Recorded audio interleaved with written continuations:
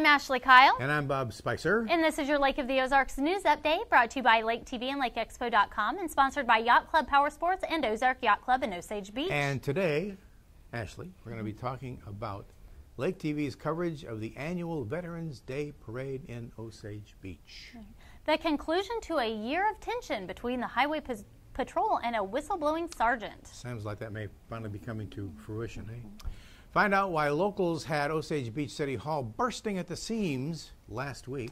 Yes, and a successful neighborhood watch in action. A neighbor's phone call resulted in an arrest in Sunrise Beach. And learn about a shiny new addition to the Sunrise Beach Fire Department.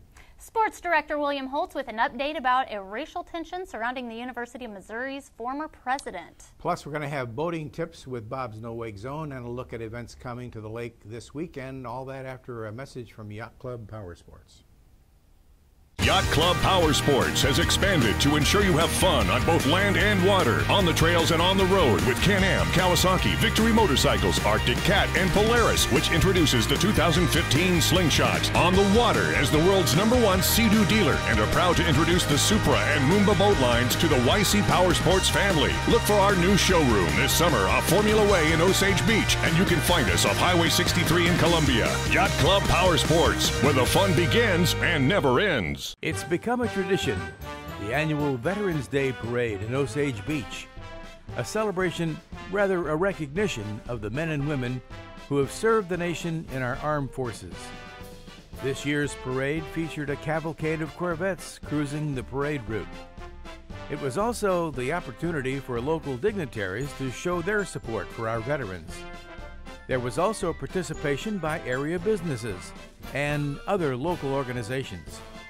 The parade started at Osage Beach City Hall and wound its way up the Osage Beach Parkway, ending the procession at the Osage Beach Elks Lodge. Lake TV went live for this event, and in case you missed it, we'll rebroadcast the entire parade in the coming days.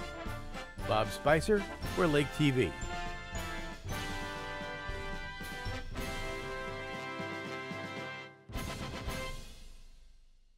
The Missouri State Highway Patrol sergeant who blew the whistle on the patrol last year has decided to retire. Sergeant Randy Henry spoke out against the patrol after 19-year-old Brandon Ellingson drowned while handcuffed in a trooper's custody in 2014. Henry's attorney made the announcement just a few days before a scheduled disciplinary hearing based on a complaint filed earlier this year. Amanda Grellner, a special prosecutor investigating Ellingson's death, had filed the complaint but has withdrawn it. Sergeant Henry will still be available to testify in the Ellingson lawsuit if needed. He says the patrol tried to hide evidence and cover up what really happened in the drowning. Check out LakeExpo.com for their exclusive interview with Sergeant Henry.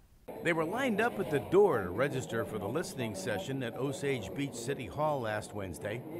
Well over 200 people crammed the room to express their views and seek solutions to three major concerns shared by property owners at Lake of the Ozarks. State Representatives Diane Franklin, Rocky Miller, and David Wood co-chaired the forum that addressed dock safety, fire safety, and that lake wake issue. When Representative Franklin asked for a show of hands of those who came to hear about the lake wake issue, well, you can see the response from the audience. The listening session, which lasted some 3.5 hours, produced no immediate solutions, but did provide for possible policies and potential steps toward solutions in the future. Bob Spicer, Lake TV. The city of Camdenton clarified 2 areas of its animal ordinances last week. The laws were controversial over the past year because of the city's regulation on potentially dangerous animals. The first change requires tenants who are trying to license a potentially dangerous dog to prove the landlord has been notified if they are not the property owners. The second change allows the city staff to refuse a license application for a pet if they know that the applicant already owns another potentially dangerous dog. The Lake Regional Cancer Center recently unveiled a new precision cancer treatment system. The state-of-the-art linear accelerator is faster and offers better imaging, which improves accuracy and limits radiation to healthy tissue. Dr. Gregory Biederman says that cancer treatments continuously improve as we learn more from research and technology. The new machine means the lake cancer patients can benefit from those breakthroughs.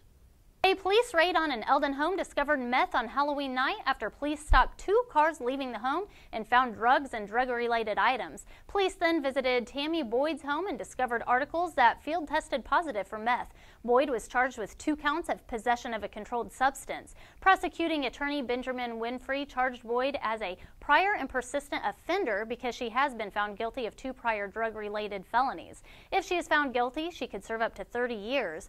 2 others were also arrested. Jay Wasmer is charged with 1 count of possession of a controlled substance with intent to distribute, and Carol Walsh is charged with possession of a controlled substance.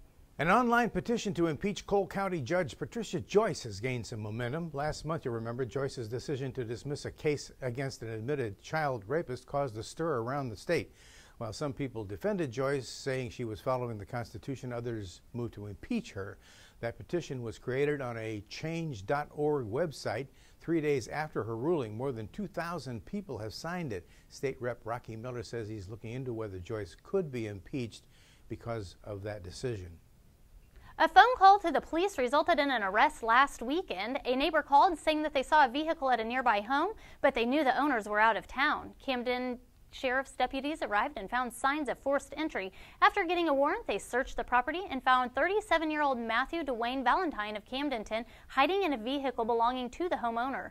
Valentine was arrested. He is charged with tampering with a motor vehicle and resisting arrest.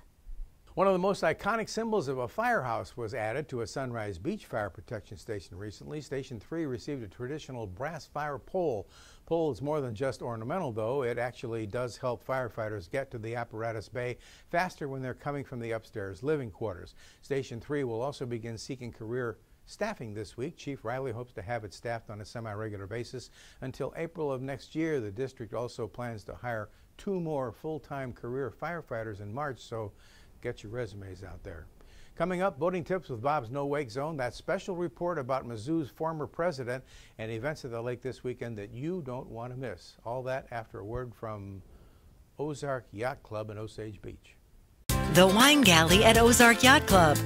The perfect way to toast the end of a day on the lake. Choose from the Wine Galley's extensive wine list or a specialty drink. Whatever you choose, you'll enjoy it more here at the Wine Galley at Ozark Yacht Club, inside at the wine bar, or out on the open deck with its panoramic view of the lake. And take time to browse the nautical shop inside the Wine Galley. It's 2 floors of nautical themed decor. The Wine Galley and Nautical Shop at Ozark Yacht Club.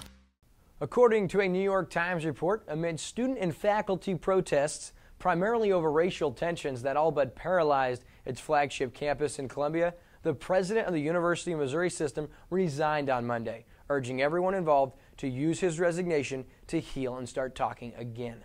The president, Timothy M. Wolf, had grown increasingly isolated, with opposition to his leadership reaching a crescendo in the last few days. The faculty council issued a statement of concern about him. Football players said they would refuse to play until he left, potentially costing the university millions of dollars. The university's student government on Monday demanded his ouster, and much of the faculty even canceled classes for 2 days in favor of a teach-in focused on race relations. A series of racist incidents in the last few months spurred calls for change, and a graduate student, Jonathan Butler, had been holding a highly publicized hunger strike, saying he would eat again only when Mr. Wolf was gone. Protesters said the president's responses to their complaints were not strong enough or swift enough, and there were also highly charged clashes recently over the rights of graduate students teaching assistants and over access to abortion and the university's relationship with Planned Parenthood. For a more in-depth report on this story, tune into Lake TV or look for it on our Facebook page this week. On behalf of Lake TV, I'm William Holtz, and now Bob's No Wake Zone. Each year, millions of dollars of unnecessary property damage occurs due to large wakes from vessels. You are responsible for your wake. Large and small boats alike can produce huge wakes. Although the main channels are considered main thoroughfares and accustomed to rough water, unless otherwise marked with no wake buoys, coves and smaller branches are not necessarily capable of handling those large wakes. In addition to dock damage and hoist damage, smaller vessels stored at docks have been thrown off their lifts, and in some cases, small children have been knocked off the docks into the water from large wakes. Wakes are produced from all powered vessels. Now, the goal is to educate operators of those vessels to act responsibly and courteously. Operate your vessel at idle speed in coves and smaller branches of the lake, or when entering an area where other boats may be anchored. Backing off to idle speed will be welcomed by property owners and other boat operators as well. And if you must run above idle speed in these narrow areas to control your boat, operate in a manner which limits the size of the vessel's wake. The bottom line is, beware of your wake. That's today's boating tip. I invite you to listen to Bob's No Wake Zone Boating Radio Show, Saturday mornings, 7 to 8 a.m. on News Talk KRMS. And until next time, we'll see you out on the lake. If you like good food for a good cause, check out the March of Dimes Signature Chefs Auction on Wednesday from 5 to 9 p.m. at the Lodge of Four Seasons. The auction is the annual fundraiser that showcases culinary creations from Central Missouri's top chefs and helps give every baby a healthy start. Tickets are $100. Thursday night, it's Ladies Night Out, presented by 101.9 The Wave. Festivities start at 5 p.m. at Lodge of Four Seasons. Ladies Night Out will feature product sampling, giveaways, fashion shows, shopping, wine tasting, hors d'oeuvres, and lots more. In honor of Veterans Day, the Veterans Patriotic Art Exhibit is on display Monday, Tuesday, and Wednesday at the Stonecrest Mall from 9 a.m. to 5 p.m. An award ceremony will be held on Wednesday at 3 p.m. Saturday, check out a unique chance to be surrounded in an assortment of delicious sugar plum treats while meeting your favorite Nutcracker characters and listening to a reading of the Nutcracker at Sugar Plum Fairy Tea Party. The party starts at 2 p.m. at the Bullpen Restaurant. Saturday, you can also head to Seven Springs Winery for Dough Camp. Between noon and 5 p.m., while the men are in the woods, the women can be at the winery. Grab your girls and have some wine, lunch, shop, and pamper yourselves. This has been your Lake of the Ozarks News Update. Thanks for watching us on Charter Cable Channel 197, Como Connect Channel 90, anytime on My Lake TV. And don't forget to connect with us by liking our page on Facebook. We'll see you next time.